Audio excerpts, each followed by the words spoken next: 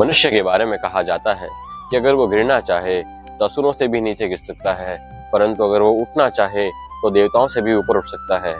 मनुष्य ही सृष्टि में एकमात्र प्राणी है जो परमात्मा तक की दूरी तय कर सकता है। ऐसा मैं नहीं कहता, हमारे शास्त्र कहते हैं। स्वागत है आप सबका एक नई सीरीज में जिसका नाम है श्रीमद् भगवद गीता। श्रीमद् भगवद गीता के बारे में कहा गया है, एकम शास्त्रम देवकी पुत्र गीतम, एको देवो देवकी पुत्र एव। एकमात्र शास्त्र है जिसका गायन भगवान के श्रीमुख से हुआ है, वो है श्रीमद् भगवद गीता। जब महाभारत के रण के मध्य में अर्जुन घबरा गया, तब भगवान श्री कृष्ण ने जिस गीत का गायन किया, जिस शास्त्र का गायन किया, वो है श्रीमद् भगवद गीता। श्रीमद् भगवद गीता जो है, ये हमें बाहरी युद्ध करने को नहीं कहती है, परंतु अपने ही शरीर में जो बुरे और अच्छे में युद्ध चल रहा है उस पर विजय दिलाने के लिए कहता है। जो श्रीमद् भगवद गीता है, जिसका जो युद्ध हुआ है, जो महाभारत का युद्ध हुआ है, वो हम सब जानते हैं कुरुक्षेत्र में हुआ है। परंतु भगवान श्री कृष्ण कहते हैं, इदम शरीरम कौन्तेय क्षेत्र मित्र विधीयते।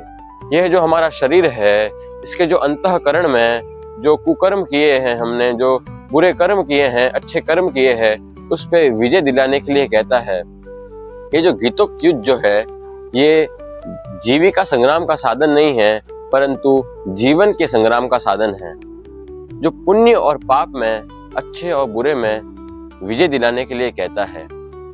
जब बात चली है पुण्य और पाप की, तब मैं आपको बताता हूँ, हमारे ही शरीर में बहुत समय से दो प्रवृत्तियां चली आ रही है, जो कि है देवी संपद और आसुरी संपद। जो देवी संपद है वो है पुण्य रूपी पांडु और कर्तव्य रूपी कुंती।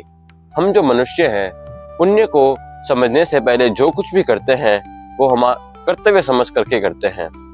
और जो जैसा कि कुंती ने पांडु के प्राप्त होने से पहले जो कुछ भी अर्जित किया था, वो था कर्ण, जो कि बंधनकारी रूढ़ियों का चित्रण है। और जब हम कर्तव्य को पीछे छोड़ देते हैं और पुण्य को जागृत करते हैं, तब हमारे शरीर में देवी संपद्य का बाहुल्य होता है।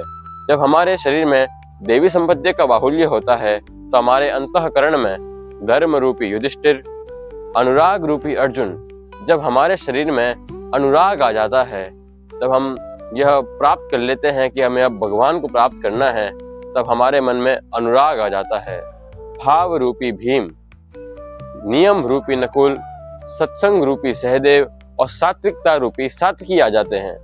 ये जो 7 अक्षौहिणी सेना है, ये हमारे अंतःकरण में लगता है। ये जो 7 सीढ़ियां हैं, ये जो 7 अक्षौहिणी सेना है, अक्ष जो है दृष्टि को कहते हैं, नजर को कहते हैं, और जिस नजर से, जिस दृष्टि से सत्य का गठन किया हो, वो देवी संपद है। ये जो 7 सीढ़ियां हैं जो कि परमात्मा तक की ओर अग्रसर करती है, परमात्मा तक को प्राप्त करने की भूमिकाएं हैं, ना कि कोई गणना है। और ये जो प्रवृत्तियां हैं, ये अनंत है। अब बात करते हैं आसुरी संपत्ति, जो कि कौरव है, कुरुक्षेत्र है। ये जो है, इनके अंदर 11 अक्षौहिणी सेना है, जो कि 10 इंद्रियां और 1 हमारा मन है। इनका राजा कौन है? वो है धृतराष्ट्र, जो कि अज्ञानता का प्रतीक है, अज्ञानता का सिंबल है। जिसे सत्य मालूम है, एक धर्म परमात्मा है, तब भी अपनी आंखें मूंद करके अपनी नजर कौरवों पर रखता है। इनके साथ है कौन? इनकी पत्नी, जो कि गांधारी है, जो कि इंद्रियों के आधार वाली है। इनके साथ है इनकी संतानों का समूह, जो कि है मोह रूपी दुर्योधन।